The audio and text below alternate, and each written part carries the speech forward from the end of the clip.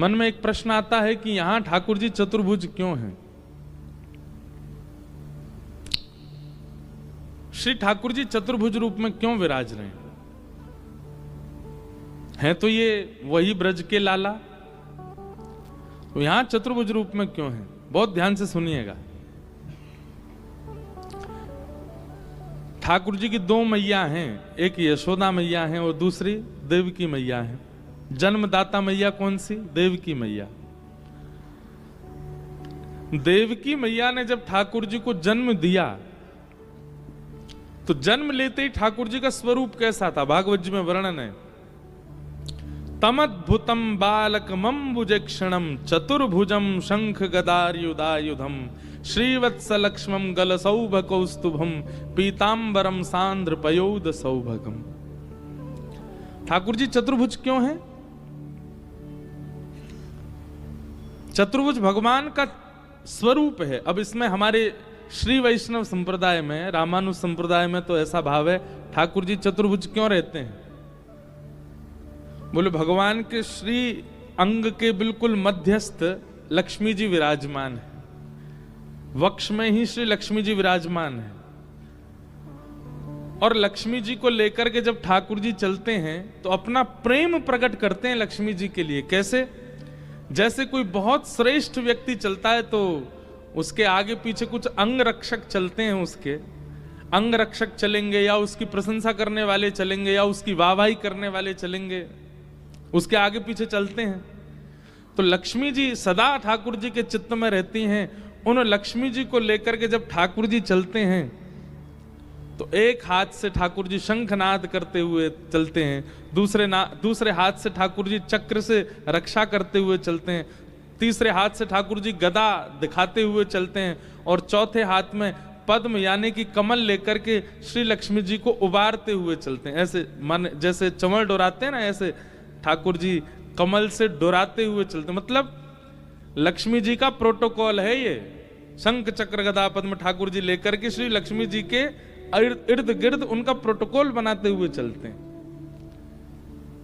जिसके प्रति बहुत सम्मान या बहुत सम्माननीय व्यक्ति होता है उसके साथ में सुरक्षा कर्मी, प्रेमी कर्मी, उसके जय जयकार करने वाले रहते ही हैं। ऐसी लक्ष्मी जी के चारों ओर श्री ठाकुर जी चतुर्भुज रूप धारण करके उनकी रक्षा करते हुए चलते हैं। इसलिए चतुर्भुज रूप है।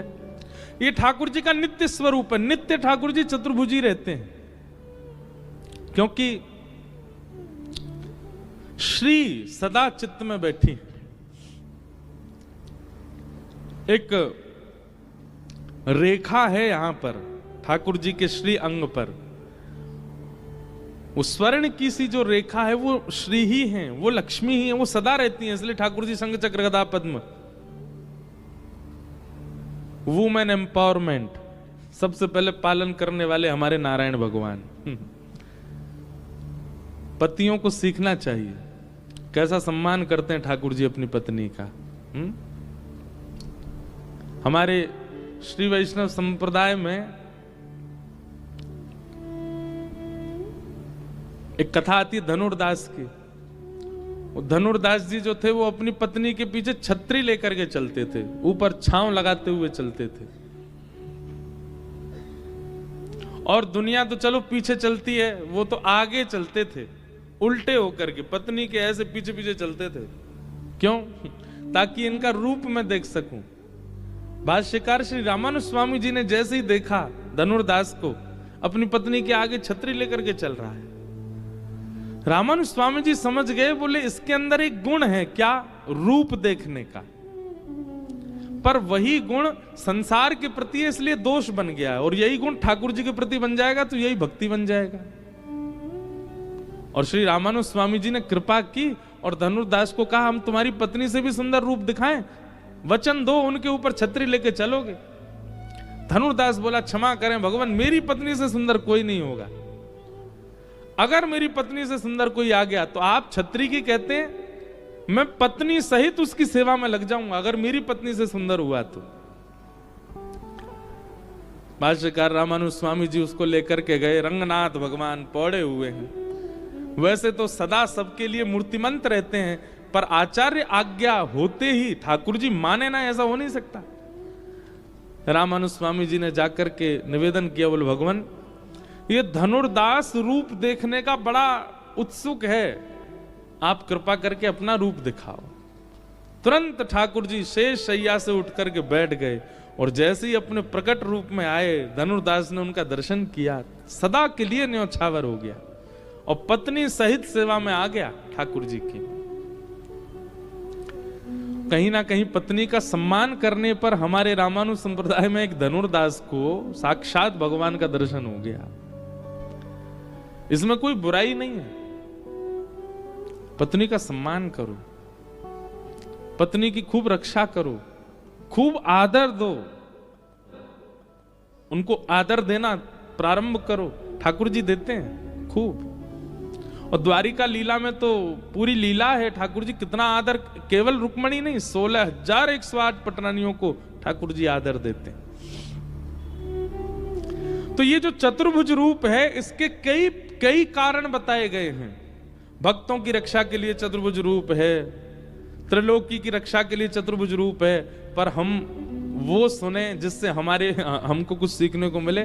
ठाकुर जी लक्ष्मी जी के सम्मान में चतुर्भुज रूप धारण करते हैं और सदा लक्ष्मी को चित्त में निवास देते हुए ठाकुर जी सम्मान करते हुए, कमल डुराते हुए, चक्र घुमाते हुए, गदा से रक्षा करते हुए, शंखनाद करते हुए, सावधान कौन आ रहा है, बोले लक्ष्मी जी आ रही हैं।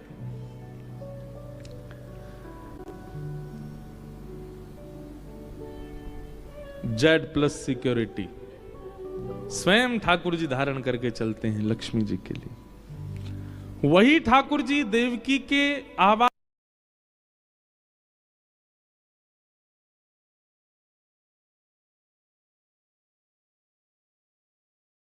किया, वंदन किया। ठाकुर जी बोले मैया लाला बन के आए, गोद में ले लो। मैया बोली 4 भुजा वाले को गोद में लेने में शर्म आती है हमको, ये 4 भुजा धारण करके आए हो आप। ठाकुर जी बोले मैया मैं 2 भुजा वालो है जाऊं, बोले है जाओ। ठाकुर जी फिर 2 भुजा वाले हो गए और फिर पूरी ब्रज की लीला की। लेकिन जैसे ही ठाकुर जी लौट करके 11 वर्ष 56 दिन बाद आए मथुरा, देवकी मैया ने जब 2 भुज में देखा तो मां ने ठाकुर जी से कहा, बहुत ध्यान से सुनिएगा लाला, बेटा चाहे कैसा भी रूप धारण कर ले, कितना भी श्रेष्ठ हो जाए, कितना भी सुंदर हो जाए, पर मां को सबसे पहली बार बेटा अपना जब दिखा था, गर्व से प्रकट होते ही जो मां की गोद में बालक दिया जाता है, उस समय का क्षण मां कभी भूल नहीं सकती।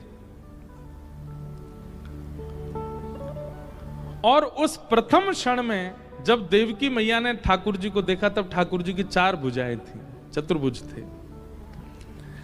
तो देवकी मैया बार बार लाला से कहती, लाला तेने 2 भुजा धारण कर ली, मेरे कहवे तो कर ली, पर मोह तो बार बार तेरो चतुर्भुज रूप ही दिखे, तेरो वो शंख चक्र गदा पद्म वारो रूप ही दिखे। तो ब्रज से आते ही देवकी मैया के पास व्यवस्थित होते ही ठाकुर जी ने ऐसा नियम बना लिया कि जब जब देवकी मैया के सामने हैं ठाकुर जी चतुर्भुज रूप में ही रहते हैं, क्योंकि देवकी के गर्व से प्रकट हुए लाला चतुर्भुज रूपधारी। इसलिए मथुरा की आगे की लीलाओं में और द्वारिका लीला में ठाकुर जी चतुर्भुज रूप में विराजमान है। ये देवकी नंदन ठाकुर जी हैं। कौन से? देवकी नंदन, ये देवकी के लाला। और द्वारिका की एक विशेषता बताएं, द्वारिका में सब चतुर्भुज हैं। द्वारिका में ठाकुर जी चतुर्भुज, बलराम जी चतुर्भुज, सामने देवकी मैया वो चतुर्भुज, वसुदेव जी चतुर्भुज, रुक्मणी चतुर्भुज, जाम्बती चतुर्भुज। यहां जो भी है, आप पूरे मंदिर में जितनी आकृति बनी है, कोई 2 भुजा में नहीं मिलेगा आपको, सब चतुर्भुज है, सबकी 4 भुजाएं हैं। अरे हमारी श्री जी श्री राधा रानी का भी जो यहाँ स्वरूप है ना, वो भी चतुर्भुज है। क्यों? क्योंकि द्वारिका भू वैकुंठ है। क्या है? भू वैकुंठ। ये वैकुंठ ही है, ये पृथ्वी का हिस्सा नहीं है, ये वैकुंठ ही है। हमें और आपको देखे, कई हो सकता है पढ़े लिखों को ये बात अटपटी लगे, लेकिन ये वास्तविक है। द्वारिका के महात्म में ऐसा वर्णन है कि यहां आने के बाद एक सामान्य व्यक्ति भी चतुर्भुज हो जाता है। हमारी भी चतुर्भुज होंगे, हमको दिखता नहीं है। इस समय हम भी चतुर्भुज होकर के भ्रमण कर रहे हैं, सब चतुर्भुज रूप में विद्यमान है।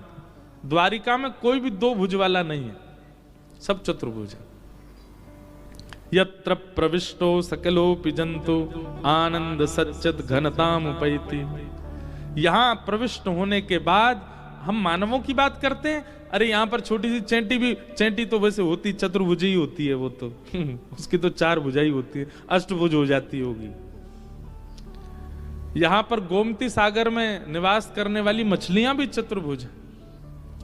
यहां पर आने वाले जो पशु पक्षी जीव हैं, कैसे भी द्वारिका में प्रवेश कर जाते हैं, सब चतुर्भुज हो जाते हैं। क्यों? क्योंकि ये वैकुंठ है, वैकुंठ में सब चतुर्भुज है, सबके चित्त में लक्ष्मी है और सब उनकी रक्षा के भाव से चतुर्भुज रूप धारण कर लेते हैं।